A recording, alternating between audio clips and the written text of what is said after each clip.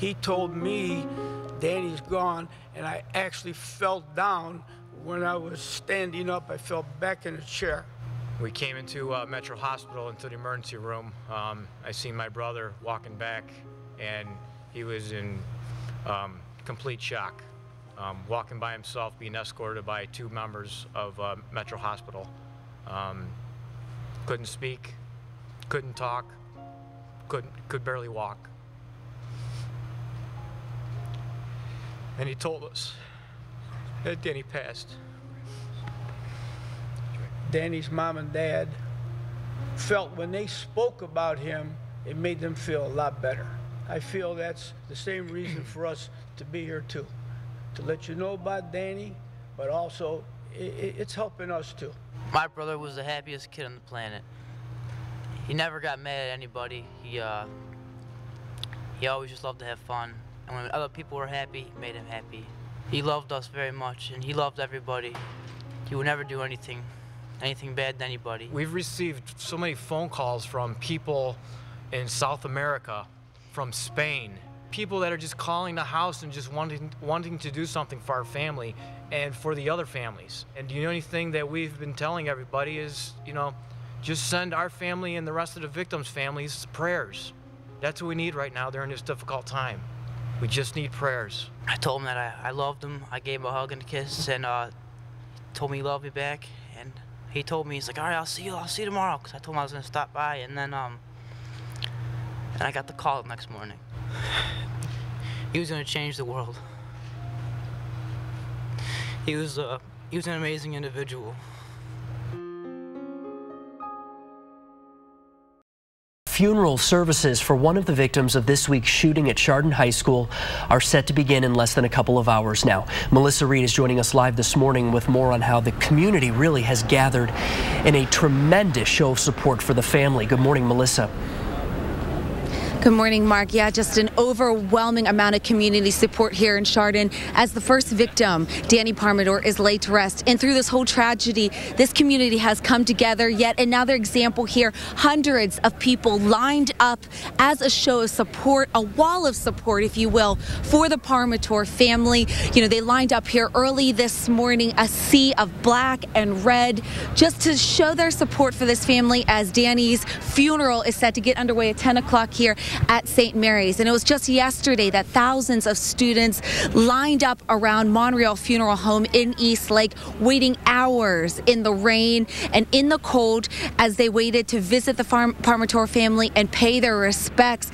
Danny is remembered for his personality, his laugh, his wit, his love for computers, and it just so happened that his visitation was on the same day that students headed back to class at Chardon High School. It's going to be hard, I think, just to see the family. We were just saying that once we see some of them, we're just going to cry. I knew him since he was little, so it's pretty hard being here. Everybody's at one, and like they said, you know, Chardon's one heartbeat, and that's what we'll always be. Back out here live in Chardon, and you know, the student just mentioned one heartbeat, one town. You see that repetitive with all these hearts out here, and it's an overwhelming feeling to just feel the love and to see just an incredible picture of this. Again, the funeral is set to get underway at 10 o'clock, and then Danny will be buried at All Souls Cemetery immediately following that funeral. Mark, back to you. All right, Melissa Reed, thank you very much for that. We support Chardon. Look, Emily and Ashlyn signed their names on it. Tears from a heartbroken community in Chardon. I can't believe this happened in the first place, but I'm glad that they're all here.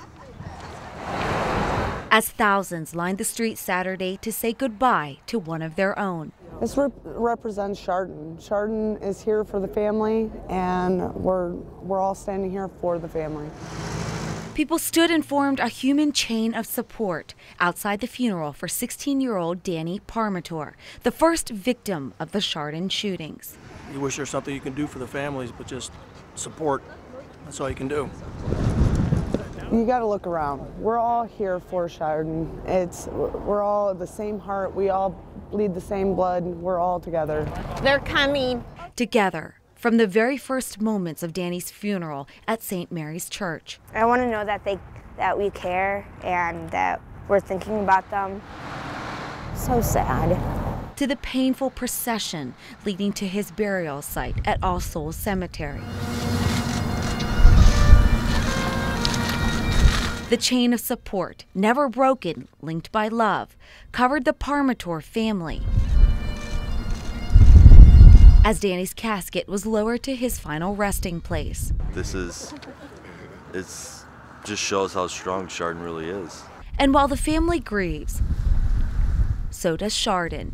One town, one heart that will one day mend and keep on beating. In Chardon, Melissa Reed, Fox 8 News. We're into the healing. You know, as a community, it's never going to forget. It was a normal Monday morning, February 27th, 2012, for Geauga County Sheriff Dan McClelland. The call come out, shots fired, Chardon School, active shooter at the high school. We have an active shooter at the high school. Sheriff McClelland was among the first responders on scene. And at that time, there were still a lot of unknowns. What did that feel like? It was different than I thought it would be. Sheriff McClelland and deputies immediately started to attend to students. Any of the victims? I saw them all. Yeah. What were your thoughts when you saw that? Again, you go back to your training. You go back to the job that's got to be done. I know you've seen TJ Lane since, the alleged shooter. But did you see him that day of the shooting? No. No. What are your thoughts on it, on him? I don't want to go down that. I shouldn't go down that road. It's been amazing. In April, Sheriff McClelland will finish his 36th year with the Sheriff's Office. He grew up in Chardon, went to Chardon High School, even met his wife there. Have you been back inside the school? Yes. Did it feel different? Yes. I was back inside, you know, certainly that Monday, every day in the days moving forward. And it is different. There's a spirit, a community spirit, a caring. Sheriff McClelland was even there when students went back to class. So was Midge. Being a drug dog, it's her job's to sniff out narcotics, and this was a change for her to go in and see people, talk to them. Kind of served it as a therapy dog, too. Yep. How do you think the Chardon shootings changed and will change Chardon? It's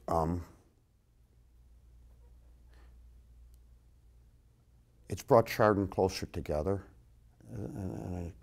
How do you describe that? How do you say that? One town, one heartbeat. Life has a tendency to give you events that help you rethink some of your priorities. And going home and hugging your family needs to be a #1 priority.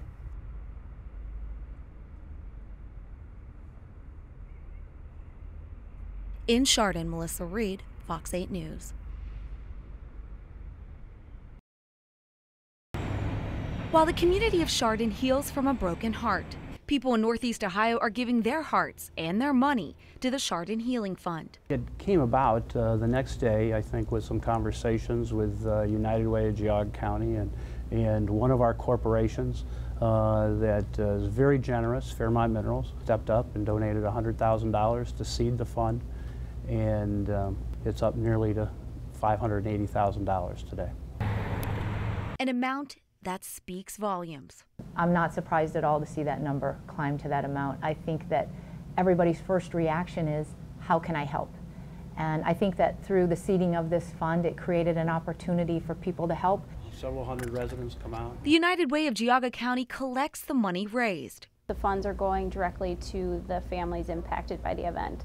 So people can rest assured that the money is going to those families most affected. And an 11-person advisory board oversees the distribution. Folks who graduated from Chardon, longtime alumni, business owners, people who really understand the way this community works. Another group that has formed is the Chardon Angels of Hope.